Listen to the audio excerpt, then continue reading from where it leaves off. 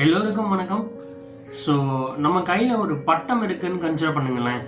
So ஒரு கைட்டை நம்ம கையில் ஒரு எண்டு நம்ம கையில் இருக்கிற வரைக்கும் தான் அந்த பட்டை நல்லபடியாக பறந்துக்கிட்டு இருக்கும். ஸோ எப்போ அந்த நூல் அருந்து போகுதோ அப்போ என்ன ஆகும் அப்படின்னா அது தெற்கு தெடுமாறி அடுத்த ஸ்டேஜுக்கு போயிடும். எங்கே போகுதுன்னே சொல்ல முடியாது, அது பாட்டுக்கு பறந்துக்கிட்டு இருக்கும். அதே மாதிரி தான் மனநலம் குன்றியவர்களுடைய மனநிலைகளும் அப்படி தான் இருக்கும். ஒரு சராசரி மனிதனுக்கு கோபம், வருத்தம், கஷ்டங்கள், சிந்தனைகள், கற்பனைகள் இது எல்லாமே ஒரு ஸ்டேபிளாக இருக்கும். சூழ்நிலைக்கு தகுந்த மாதிரி ஒரு சின்ன ஸ்லைட் சேஞ்சஸ் வரும், அதுவே ஆட்டோமேட்டிக்காக சரியாயிடும். ஆனால் இந்த மனம் சார்ந்த பிரச்சனைகளால் பாதிக்கப்பட்டவங்க இருக்காங்க இல்லையா, அவங்களுடைய சிம்டம்ஸ் இனிஷியல் ஸ்டேஜில் எப்படி இருக்கும் அப்படின்னா ஒன்று அப்பர் லெவலுக்கு போகும், இல்லைன்னா லோயர் லெவலுக்கு வரும். ஸோ இதுதான் அவங்களுடைய இனிஷியல் சிம்டம்ஸாக இருக்கும்.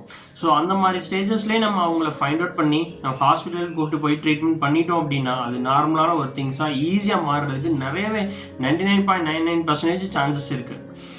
ஸோ அந்த மாதிரி பர்சனை நம்ம பாதுகாக்க வேண்டியது நம்மளுடைய கடமைகள். அது மட்டும் இல்லாமல் இந்த உலகம் அப்படின்றது என்ன அப்படின்னா மாற்றுத்திறனாளிகளை எந்த அளவுக்கு பாவப்பட்டு பார்க்குறாங்களோ அதே மாதிரி தான் மனநலம் குன்றியவர்களையும் நம்ம பாவப்பட்டு பார்க்கணுன்ற எண்ணத்துக்கு இன்னும் வரலை. ஸோ அதே மாதிரி நம்ம அவங்களும் பாவம், அவங்களும் ஒரு மனிதர்கள், அவங்களுக்கும் ஒரு உணர்வுகள் இருக்குது அப்படின்றத நம்ம கற்றுக்கிடணும். ஸோ அப்படி நம்ம வாழ்கிறதுக்கு கற்றுக்கிட்டோம் அப்படின்னா எந்த பிரச்சனையுமே இந்த உலகத்தில் வராது. ஸோ அவங்களும் ஒரு மனிதர்கள் தானே, அவங்களும் சாதாரண மனிதர்கள் தானே, கடவுளோட படைப்புகளில் ஏதோ ஒரு மனம் கொண்டு அவங்க இந்த உலகத்துக்கு வந்துட்டாங்க.